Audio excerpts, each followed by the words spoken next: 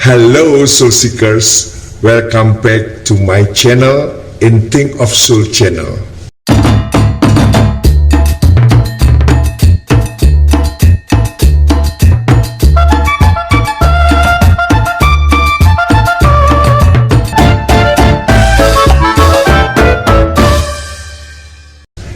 Kali ini aku akan berbicara tentang dunia bisnis.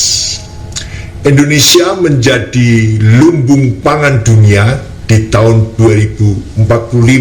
Pada awalnya struktur perekonomian berbasiskan pada sektor pertanian menjadi sektor industri. Di dalam pelaksanaannya, sektor industri pengolahan memiliki beberapa keunggulan dibandingkan dengan sektor-sektor lainnya, yaitu nilai kapitalisasi modal yang tertanam sangat besar, kemampuan menyerap tenaga kerja, dan kemampuan untuk menciptakan nilai tambah dari setiap input atau bahan dasar yang diolah. Sektor industri pengolahan di Indonesia di satu pihak memiliki kontribusi terhadap produk domestik bruto atau PDB yang tertinggi dan nilai investasi yang tertanam cukup besar. Namun kontribusi tersebut tidak sebanding dengan daya serap tenaga kerjanya. Industri pengolahan adalah suatu kegiatan ekonomi yang melakukan kegiatan mengubah suatu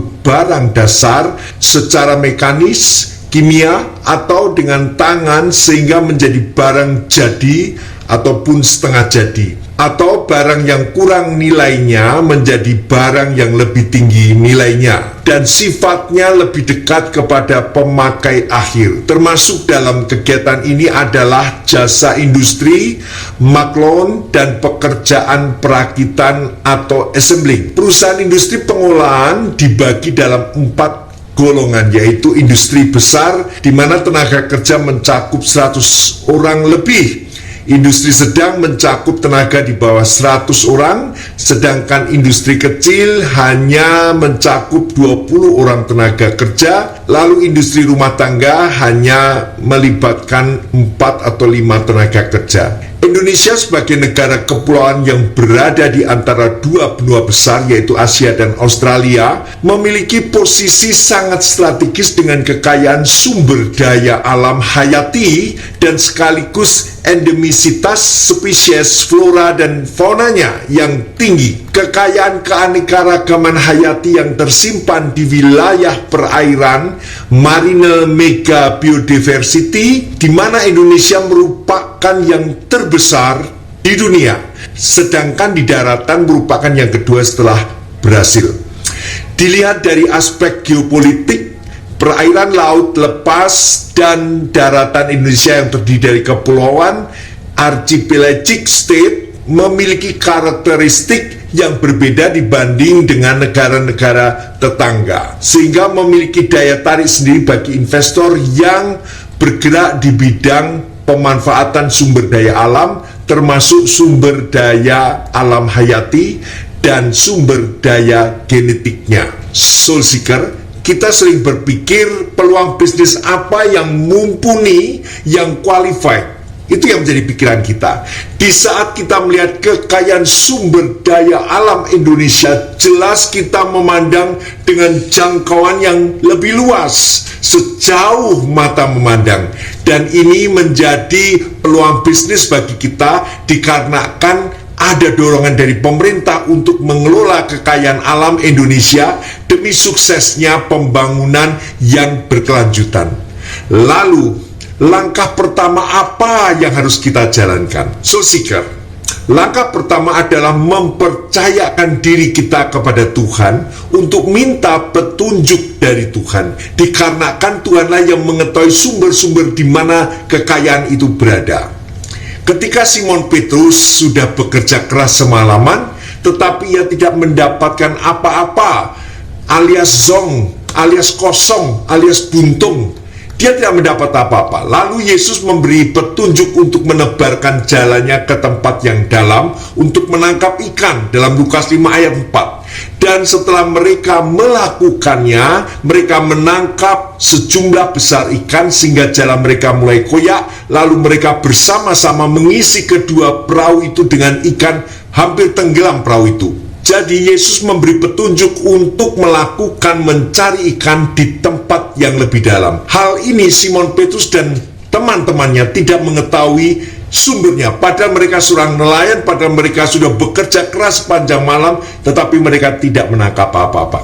Ketika Yesus memberi petunjuk, baru mereka menangkap sejumlah ikan yang sangat besar sehingga kedua perahu mereka hampir tenggelam. Dalam Yohanes 21 ayat 6 hal ini terjadi kembali ketika Yesus setelah bangkit dan menampakkan diri kepada murid-muridnya dan juga kepada Simon Petrus. Dengan peristiwa yang sama, mereka saat itu semalaman mencari ikan dan tidak mendapatkan apa-apa. Lalu Yesus perintahkan, tebarkan jalamu di sebelah kanan, maka kamu akan memperoleh. Lalu mereka menebarkan jalannya dan mereka tidak dapat menariknya lagi karena begitu banyaknya ikan yang mereka dapatkan. Dua kebenaran ini menunjukkan bahwa Tuhan Yesus yang tahu sumber itu ada di mana, di tempat yang dalam atau di sebelah kanan. Artinya cara kerja Tuhan memberikan berkat tidak dapat dipelajari, karena itu secara khusus diberikan kepada orang-orang yang percaya kepada Tuhan. Soul Seekers, kunci kesuksesan dalam sebuah bisnis adalah mendengar dan mengikuti petunjuk daripada Tuhan.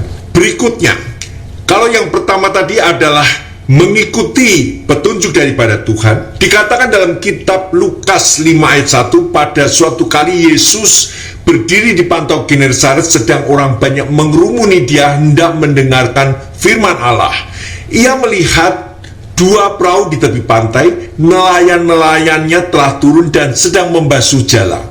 Artinya, pagi itu mereka gagal mendapatkan ikan, sehingga ketika ada pemberitaan firman, di mana Yesus memberitakan firman, tetapi nelayan-nelayan itu tidak mempedulikan orang banyak yang mengerumuni Yesus pada saat mengajarkan firman Allah. Kalau kita lihat di sini, ketidakpedulian terhadap nilai-nilai rohani dikarenakan sedang menghadapi suatu kesulitan mendapatkan bahan baku utamanya, yaitu ikan. Dituliskan di sana, Yesus naik ke dalam salah satu perahu itu, yaitu perahu Simon, dan menyuruh dia supaya menolakkan perahunya sedikit jauh dari pantai. Lalu ia duduk dan mengajarkan orang banyak dari atas perahu. Di atas perahu, perusahaan Simon Petrus yang hari itu menghadapi defisit, Yesus duduk dan mengajarkan firman Allah di atas perahu yang gagal. Gagal karena perusahaan itu memang tidak pernah ada pemberitaan firman di sana. Justru Yesus tidak membiarkan kita dalam kegagalan atau defisit dalam keuangan. Ketika Yesus masuk ke dalam perahu bisnis Simon Petrus, di mana perusahaan itu harus ada pemberitaan firman Tuhan,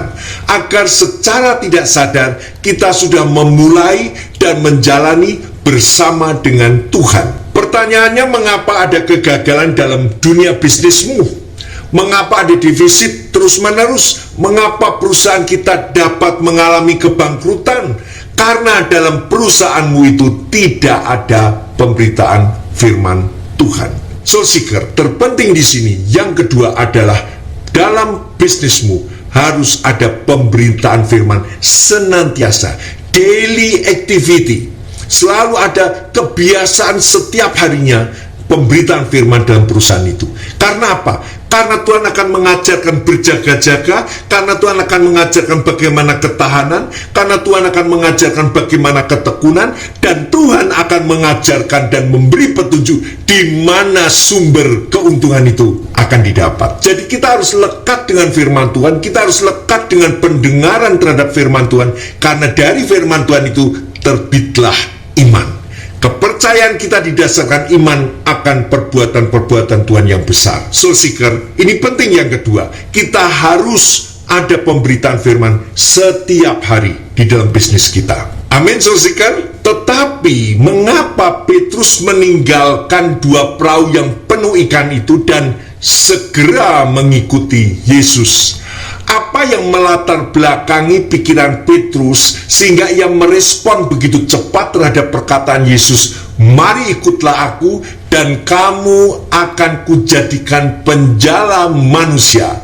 Lalu mereka pun segera meninggalkan jalannya dan mengikut Yesus. Dalam Matius 4 ayat 19-20. Dasar yang pertama dalam mendengar dan mengikuti petunjuk Yesus. Dasar yang kedua adalah di mana perusahaan dan bisnismu harus ada pemberitaan firman Tuhan.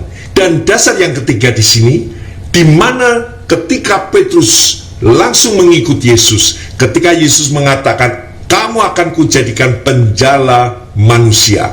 Hal ini menunjukkan bahwa tujuan hidup kita bukan hanya mencari kekayaan, bukan hanya menjala ikan saja, bukan hanya mencari keuntungan saja, tetapi tujuan hidup kita mempermuliakan Tuhan. Menjadi penjala manusia adalah mau menerjunkan diri ke ladang pekerjaan Tuhan. Ajakan Tuhan, "Mari ikutlah aku," dipastikan untuk kepentingan kerajaan Allah.